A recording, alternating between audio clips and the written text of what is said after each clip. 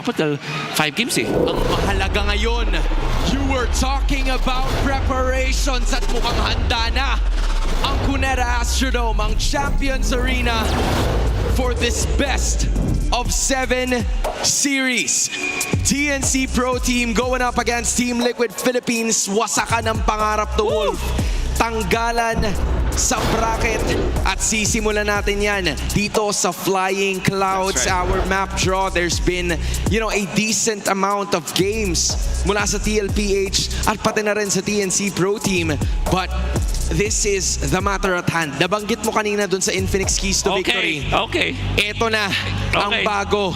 No to Lancy MMR, sabi ng TLPH. Sabi ni Lancy, awit sa'yo, Ebu, binandito yung Lunox ng TLPH. At syempre, ganun din naman, Yuzong naman para sa TNC. So far, okay tayo. But every time na nasa red side ng TNC, if you look back dun sa Onyx Philippines matchup nila, binaban nga naman nila itong Lancelot. If TLPH picks up the Yisun Shin this time, Joy ang magiging sagot nila dahil binandi nila yung Haya. So ngayon, TLPH, is it Zushin or YSS? Oo nga. Ano ang pipiliin nila? Because based on the looks of it, it's comfort either way para sa ating dalawang teams. We know how capable Carl TZ is pagdating doon sa mga YSS picks niya. Pero yung Zushin din naman ni Lancy, hindi na ibibigay sa kanya kasi nag-MVP siya. That's right. Kamakailan lang nung kahapon. So Zushin's gonna be the pickup for Liquid. TNC likes to play Yisun Shin and Gatot, pero Grok siguro yung pwede nila kunin dito. But instead, Yisun Shin Gatot, as we have predicted in this game, that's going to be Fredrin immediately para sa TLPH.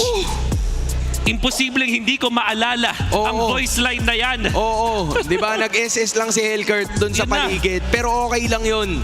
What if iparisa nila ng isang Arlo tong Fredrin na to? Siyempre, yan naman yung typical combo ng side ng TLPH. Apart from that, meron ding Alice na pinipili.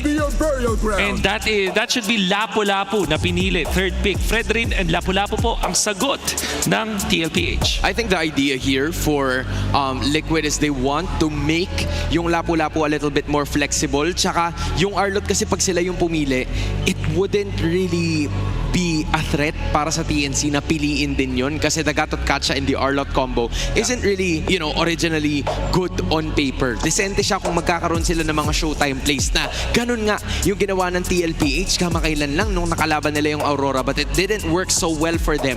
Kahit na sabihin natin na umabot sa 10,000 yung kanilang kalamangan kahapon. There was a comeback attempt that was successful from the Northern Lights, but for TNC, it's the Alice wrapping up the composition for both of the teams in the first phase. So there's a decent amount of, wombo combo CC skills na manggagaling sa TNC.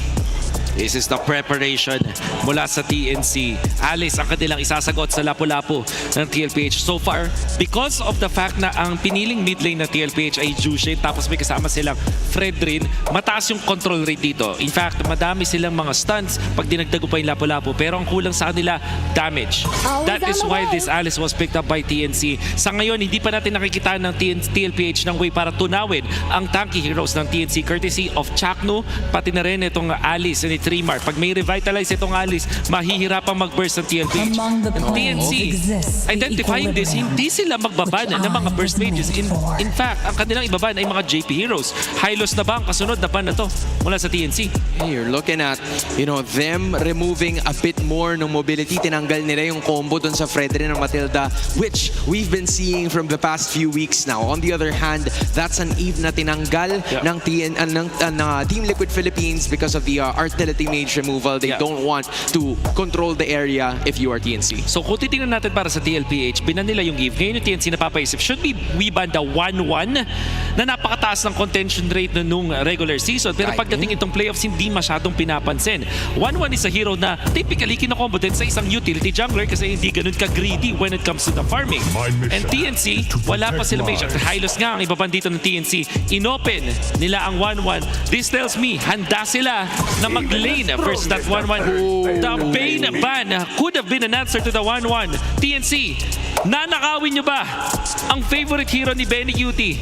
And iba pares, sa greeting composition nila, o hahayaan nila makuha to ng TLPH. If they pick up the 1-1, that means there are two farmers na kailangan talagang maapag-scale ng maayos. That's pressure on both Trimar and Chakno na may hawak nung Alice tsaka ng Gatot Kacha to provide a lot of space. So, yung kanilang mga CC or ultimate skills, kailangan nilang tipirin yan sa mga unang objectives or maybe pave the way para magkaroon ng espasyo ang mapa at makakuha sila ng objectives. What if Farsa ang kunin dito ng TNC o kaya naman Lilia para meron silang pangkota doon kung sakali.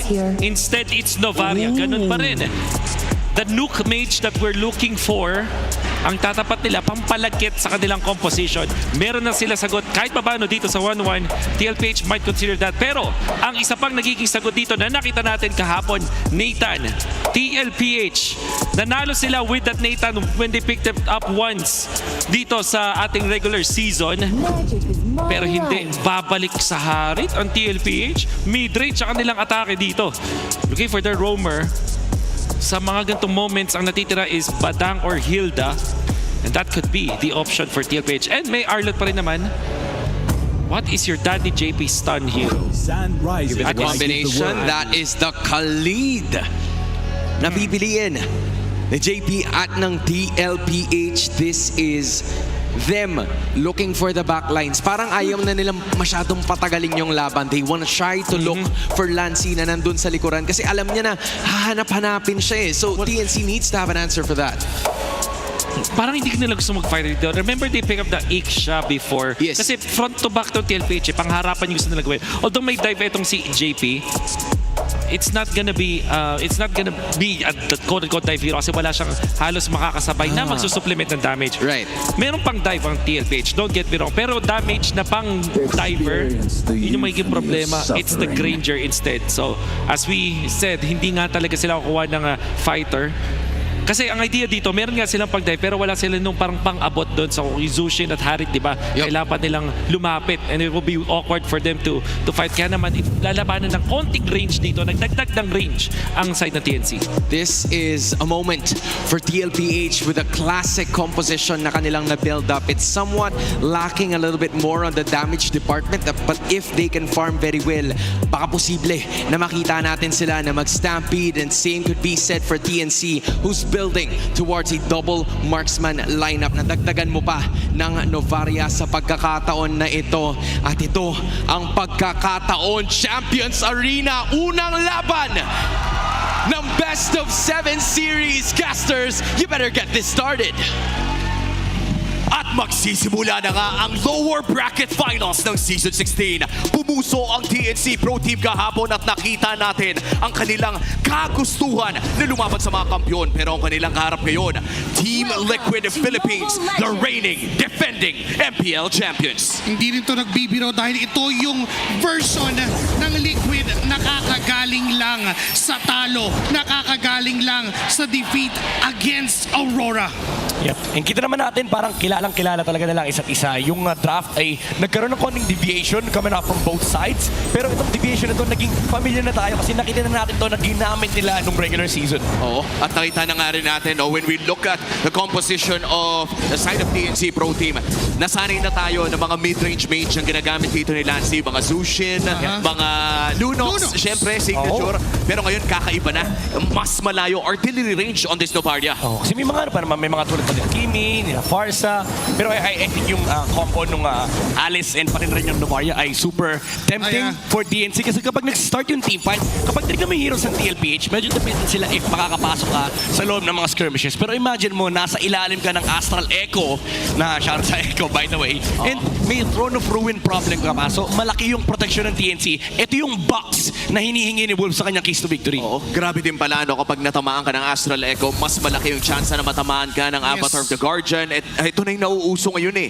Yung mga Alice combo natin na may mga kasabayang Gatot Kacha o Rock na mauunang pumapasok yung Alice with the Throne of Ruin. Tapos may immediate follow-up muna doon sa kanilang rover. Sa totoo lang, medyo mahirap nga yung kakaharapin ni Carl TZ. When it comes to the objective, si Sanji ay sinubukan din naman nilang banatan. Chakno ngayon ang naiipit doon doon sa gitna ng laban. Na-slow pa nga siya doon sa dasal ni JP. Yeah, grabe yung suntukan sa middle lane. Talagang alam nila, gets nilang dalawa. Ito yung pinampanalo nila sa mga games nila nitong playoffs. Yung prioritization dito sa middle lane. Kasi dito talaga nanggagaling lahat ng pressure. Pero mauna, mag-turtle si Carteezy. Chakno! Mamamatay sa kamay ni Daddy JP. Sumubok si Zaida ng counter kill pero niluhuran lang siya. And yung objective ay hawak ngayon ng Cavalry.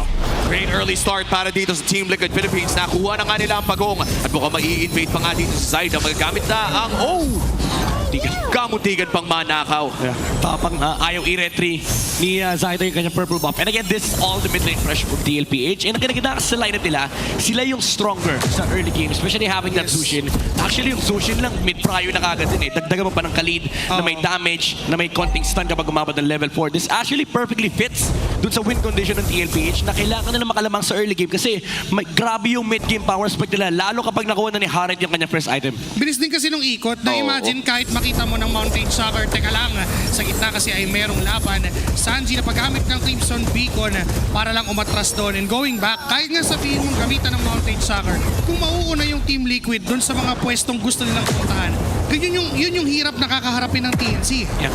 Parang talaga, medyo kailangan maghintay ng TNC ng proper timing. And TLPH, sila naman talaga yung taga-dictate. Sila yung aggressor in this game.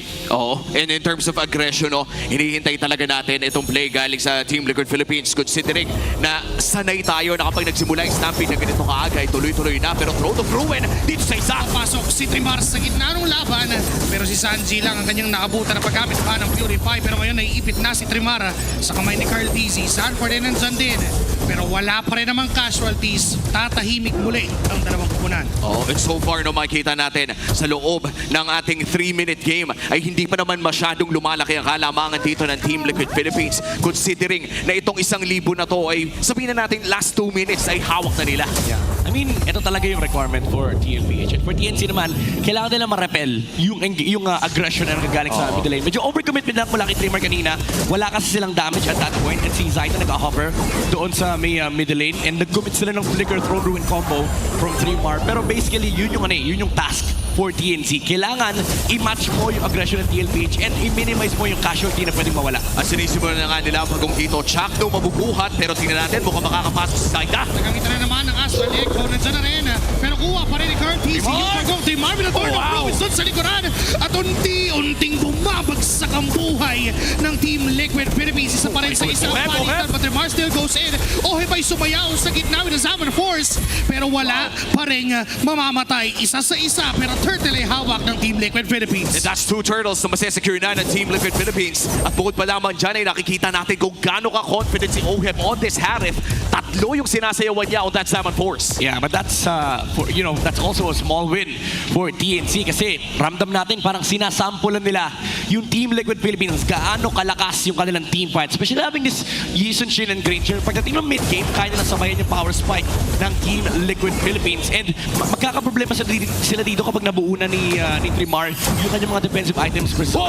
Papasok ngayon, ito si Sanford at si Zaida ang target niya. Pinuhat at tutumbas sa kamay ng Sansan Duo at may invasion pa mula kay Carl Dizzy. Doon sa kabilang parte ng mapa, may ginawang plano ang Team Liquid. Sobrang gandang read ng TLPH. Alam nila walang skills itong TNC. Nag-reset yung mapa. And si Sanford nag-skip na ng waves. Sabi niya, Carl, halika rito, may papatayin tayong ex-teammate natin. Oh wow. At mukhang papasok na rin si Trimmer doon.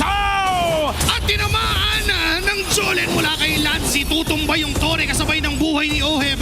At hindi pa rin titigil ang TNC. Lumuhod na itong si JP. Nandiyan naman si Sanji. Tinamaan ng unbreakable ng mga pala mula sa Rhapsody.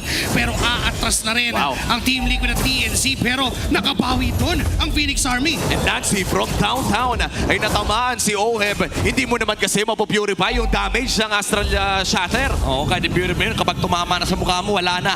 Naka-grayscale na yung screen ng phone mo. And even to napatay si Zaida sa may top lane, parang mas maganda pa yung trade na nakuha ng TNC kasi essentially yung main damage dealer, yung pinaka-core ng TLPH yung nakuha nila. And si Benny Cutie part pa nung team fight na yun. And si Zaida tuloy-tuloy lang yung kanyang pag-farm. Even to nawalan sila ng first turtle, hawak naman, first tower sa may top lane, hawak nila ngayon yung pangatlong pagong. Papasok si Sanford. Retry pa rin mula sa kambing. Ngayon mapipilitan ko matras ang members ng TLPH dahil tumumba na TZ. Mukhang isusunod si Sanford. Unti-unti, tinatamaan ng mga bala. Pero si Shakno ay makukuha din pala ng double kill for Rohem. Gumagante pabalik ang Cavalry at hindi pa sila tapos. Susubukan maghabol. Si JP ay nasa likod ng mga members ng TNC at susubukan na lang ipitin. Pumasok sa loob. Kumpletori na lang ang kukunin at mapapa-flicker pa si JP. Wow, very aggressive ang Team Liquid Philippines ngayon at halos dumoble na nga ang hawak nilang pera against TNC Pro Team.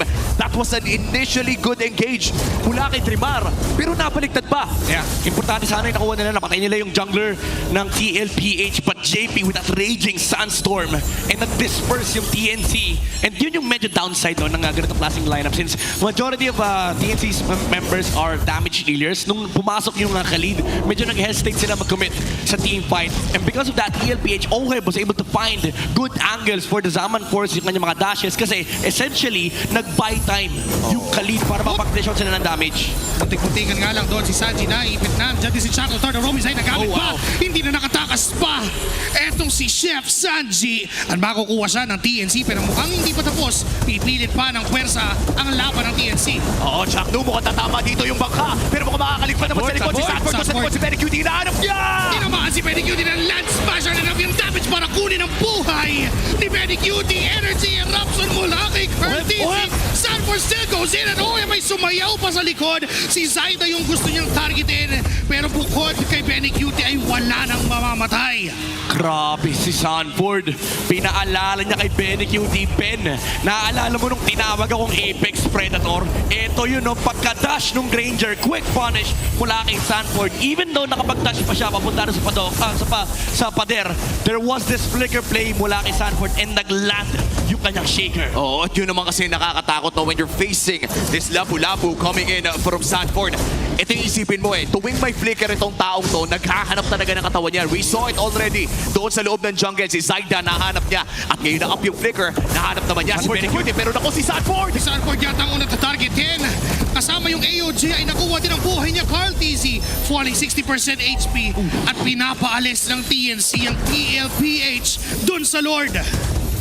Kailangan ingatan ng TLPH yung kanilang pag-control ng mga teritoryo kasi napakalaki ng box ng TNC. Throne of Ruin, it's not gonna land on Carl TZ. Pero ito yung masabi mong mahirap for TLPH. Kapag dikit-dikit, kapag sama-sama yung TNC, walang ligtas sa kanila. Kahit yung lapu-lapu, kaya nilang bigyan. At higit sa lahat, no, yung Lapu-Lapu na ito, kahit pa sabihin natin na kanina pa nakakahanap ng mga magagandang play, si Sanford ay nahahanapan din ng TNC Pro Team ang kakaibang mga anggulo na yon, katulad lamang nung nakita nilang wala ng skill si Sanford. At sisimula na nga ng Team Liquid Philippines sa pinakaunang Lord ng ito. Mukhang minamadali ng TLPH na dyan sa Chapter para harapan. Body. Appraisers right at the retribution kay Carl. TZ pa rin yung Lord at si Zaida ay naipit pa sa kamay ni Sanford at ni JP. Ngayon si Trimar na lang doon sa gitna. Chakmo ay tutumba na rin. Ngayon 5 miyembro ng Cavalry sa harap ni Trimar pero makakatakas pa rin siya. Taipit pa, pre. Mukhang nag-research itong TLPH for the past 2 days. Kita naman yung behavior ng TNC. Understandable behavior to para sa mga jungler. Kapag damage ka, okay lang yan. Kahit iwanan mo muna yung Lord, pwede ka muna kumuha ng farm, pwede ka mag-control ng side lanes. Pero sabi ng TLPH, sure wala si Zaida rito, i-burst natin yung Lord. At napakabilis, no? Ito yung hinihintay nating mga decision making mula sa Team Liquid Philippines. Oo, maganda na may disiplina ka. Nakita mo, alam mo kung nasaan. Pero ito yung klaseng game sense. Ito yung hinahanap natin Oo, tsaka may factor talaga kapag kilala. Kumbaga, kung si shot call dito ng TLPH, for sure mamaya maririnig natin sa mic check, wala si Zaida rito. Promise. Carl, i-burst mo yung Lord. Promise ko sa'yo, nasa purple pa yan. Susubukan ngayon muli ng TLPH na pumasok dito sa base ng TNC. Pero si Trimar ay naipit at nabuhat papalabas. Pero wala pa naman din mangyayari. Dinedepensahan lang ng Phoenix Army ang kanilang base. At tuloy lamang ang pag-push dito para sa Team Liquid Philippines. Puputok na ang Holy Shield sa baba at sa gitna. Si Shakno ay tatangkin ng damage mula kay Sanford ng bahya. At itong 5,000 na kalamangan na hawak ng Team Liquid Philippines ay patuloy lamang lumalaki dahil mukhang maaagaw na rin ni Carl TZ at ng Cavalry ang mga jungle camps ng TNC. Lalakit-lalaki lang talaga yan kasi for the next 90 seconds, is i-choke lang ng TLPH itong TNC. Hindi nila palalabasin ng base. Ika-cover nila yung middle lane. Walang magpapakita as they clear all the jungle resources. Lilinisin yung mapa. Majority of the time, kapag nakikita natin to, nagkakaroon ng 2K gold swing. And that is gonna be big for TLPH. Kasi even if sabihin natin late game dito, yung TNC, lalo lang lumalakas yung kanilang damage dealers for TLPH. Especially kapag lumabas na yung Divine Glaive mula kay Oheb. Yan, nasilip na nga rin natin sa Infinix in-game equipment na talagang dumadami na yung items ng Team Liquid Philippines in a way na ito na yung kahit mag-build ka ng Magic Defense ay mahapdi na rin si Sanji at si Oheb.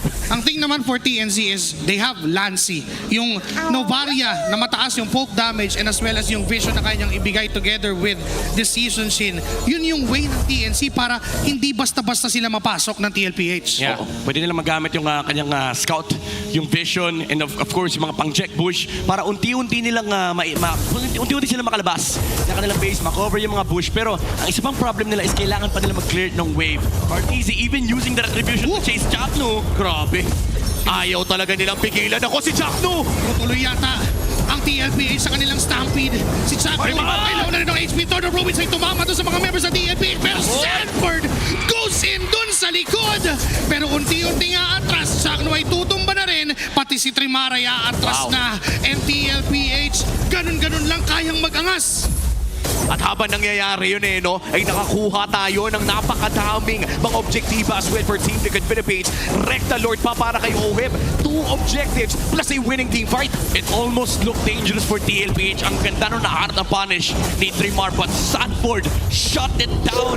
Hinarapan niya yung tatlo, men. Lahat ng damage dealer, nawala yung damage ni Trimar. Sabi niya, nasan yung mga kampi ko? Ayun, pinagkahampas nung lapu-lapu. At nakakatakot yun no, if you're Team Pro Team, considering na yung mga backliner mo, hindi naman ganun kakunat. Yeah. You're looking at a Novaria and of course a marksman sa loob ng gold lane. Ito rin siguro no, yung nakikita natin kung bakit bumabalik yung mga fighter golds kasi hindi masyadong kailangan alagaan yung mga fighter gold lanes na yun. Yeah. Ang lalakas mag-zone Lalo ang build ni Sanford dito is medyo hybrid. Meron siyang damage. Pero most importantly, he does have the defensive capabilities to deal with the Granger, yung Alice kasi meron siyang radiant armor, and yung damage reduction din. Yung pagtalo ni Sanford kanina, 3 yung tinamaan niya. So almost maximum damage reduction yung nakuha ng lapu-lapu. At mukhang tuloy na nga ang pag-push dito para sa Team Liquid Philippines. Uunahin nila ang mid lane. Yung bottom lane ay may cover ng Season Shin. Nagamit na rin yung Astral Echo para tingnan kung nasa ng mga kalaban ng TNC sa gitna ang baterya. Pero si Tremar nandun pat naiipit. Nasa labas ng base. Torno Rubens ay kinasa pero wala siya kasawang damage. Si Tremar ay tutumbas sa kamay ni Carl Tizzy. Ngayon yung 4 na miyembro ay dedepensa pa rin. Yung gitna ay pwede nang targetin muli. Susugod muli ang TLPH. At mukhang tuloy lang ang mga waves. Si Chakno ang haharap para sa side ng TNC Pro Team. Matatamaan ng energy eruption pero makakapag-clear naman sa pinakauna. Subok na ngayon ng TLPH na tapusin ang Lava Raging Sansom sa likod. Nasa zone lang ang mga members ng TNC. Pero yung likod din naman ng TLPH medyo delikado at ngayon wala nang nakaharang. Ngayon wala nang obstacle. TLPH will get the first blood. Clean victory para dito sa Team Liquid Philippines. Dinaan sa magandang macro at tinapos sa malupitang micro. Pinakitaan ng Team Liquid ang TNC kung ano ba ang itsura ng pinagsama-samang laro ng Echo Express, Ecosystem, and House of Highlights. At ito na nga yung galit na Liquid. Pero ang tanong, ano ba ang magiging analysis na ating mga pogi sa panel? The analysis was clear. It was a clean game na nanggaling sa Team Liquid Philippines that have brought them to this Game 1 victory. Pinaalala sa TNC kung sino ang kanilang kalaban, and this is the reason why they are looking for that golden road. All gears are on for the Cavalry. Mahirap magsabi kung sino ang pang-MVP dito. Nagsimula pa siya sa draft.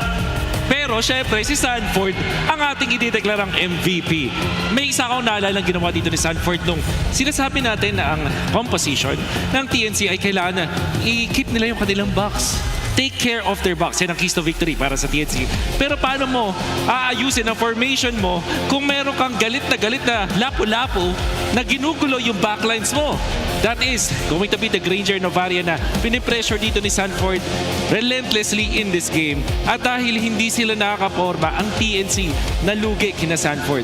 Medyo nakaka-bad trip or sobrang nakaka-bad trip pala si Sanford dito sa lineup ng TNC who are actually trying to, get some more farm para sa kanilang mga kakampi sa pagkakataong ito. Right at the MVP highlights, there were some moments na nakikita natin na naglalaro ng aggressive ang Phoenix Army sa mga nauunang minuto, thus getting a lot of kills. Pero nakikita mo yung damage sa TLPH. This is the question that we had kanina pa lamang. Paano ba mag-deal ng damage ng TLPH heading into the early portions ng ating laro? That was answered by Carl Tizzy just being front. Hinihintay niya na mapuno yung kanyang gray HP bars until he unleashes the ultimate. And same goes for Oheb na talagang maganda lang yung kanyang positioning towards making the team fights happen in favor of Team Liquid. And nakita natin kill ni Sanford doon kay Granger. Then, ito na ulit yung makikita natin pagforma ng TLPH sa kanilang box. Look at Sanford into the backline. Siyempre, nangaharap lang itong si Fredrin. Nang gugulo si Sanford doon. This time, si Zaida naman yung naabot niya. That's going to be a lot of unboxing mula kay TLPH, mula kay Sanford. Gusto ko yun. Specifically. Yep. Siyempre, para guluhin na naman ang mga membro dito ng TNC. Tingnan mo, hindi makakuha ng magandang battle formation ang TNC dahil may nanggugulong lapu-lapu. So, the MO para sa TNC, harap dito yung Katotkacha as well as this Alice. And then from long distance, magdideal ng damage itong Granger, pati itong Novaria. And syempre, yung Yison Chin. Now, itong tatlong damage dealers ng TNC, Hans, kung papansinin natin, yung harap nila, yung damage nila ipangharap. For example, Novaria, parang pwede mong harangan eh. Oo. Ganun din yung Granger. Yison Chin may konting bypass, pero ganun pa rin naman yung idea, pangharapan din. So TNC wants to actually play front to back despite them playing this funnel carry na itong ating Yison Chin. Pang front to back yung gusto nilang gawin. And to be fair, TLPH, ganun din naman yung gusto nilang gawin, front to back. However, this lapu-lapu was a problem to them kasi nakahanap ng opening dito si Sanford with this aggression papunta dun sa likod ng TNC. Ngayon, ang masasabi kong punot dulo kung bakit ang lakas ng TLPH yung mga clash is still the first few minutes of the game. Yes. Zushin and Khalid, nakakuha agad sila ng isang kill, di ba? Para sa TLPH. It was very early that they were able to get one pick-off, which meant na gumanda yung mid-roam duo ngayon ng TLPH. Sila yung nanalo dun sa mid-roam matchup. And what was the result of that? The first turtle, the TLPH. And ano naging resulta pag ang TLPH nakakuha ng first turtle? Ayun na, ilista mo na sa kanila yung early game. Mas madali ang kanilang nagiging early game once the rotations are happening. Nagsimula yun sa laning matchups and then right after that, it was just Team Liquid getting more in return. Nakakapag-scale na ng mas mabilis si Oheb, mas nagkakaroon ng espasyo itong si Carl Tizzy to probably not just get objectives but jungle creeps as well. Yung TNC Pro Team naman, I think this is the disadvantage of having the double marksman in this current meta. Parang mas nahihirapan sila towards the idea of having those double fighters na nababanggit din ng ating mga casters kanina kasi it gives you versatility. Nagkakaroon ka ng flexible options sa kung ano yung kaya mong gawin while also being able to stay alive in the front lines lalo na pag kinakailangan ka, which TNC didn't have in this composition. Benny Cutie was right at the back lines. Talagang pumopronta itong si Carl Tizzy at si JP at umaabot na nga sa punto na itong si Sanford once na nakarating na doon sa box na meron itong TNC Pro Team, there is no way for them to deal the damage against Liquid's backline. Whereas itong Sanford, di ba siya yung nag-deal ng most damage? Bihira tayo makita ng XP lane na hindi Uranus or Alice. XP lane apart from Uranus and Alice na nagiging carry sa ating mga laban. And it's, again, the positioning and timing mula kay Sanford. Nandun na rin syempre yung bravado, yung tapang na meron siya, being the wingman as well. When you said na si Benny Cutie ay hindi makapwesto sa laban, Hans, meron ako naalalang play na dahil sa pag-unbox ng TLPH, si Benny Cutie napilitan na pumunta dun sa may northwest side na bush. So ano siya, technically top lane. Pagpapaakyat doon, imbis na yung out niya ay papunta dun sa base nila or papunta dun sa teammates. Instead, sobrang layo. Kinailangan maging creative di Benny Cutie para lang hindi siya mapatay at mahanap ng mga members ng TLPH. Ganun kaganda yung unboxing nila. Grabe, parang si Mateo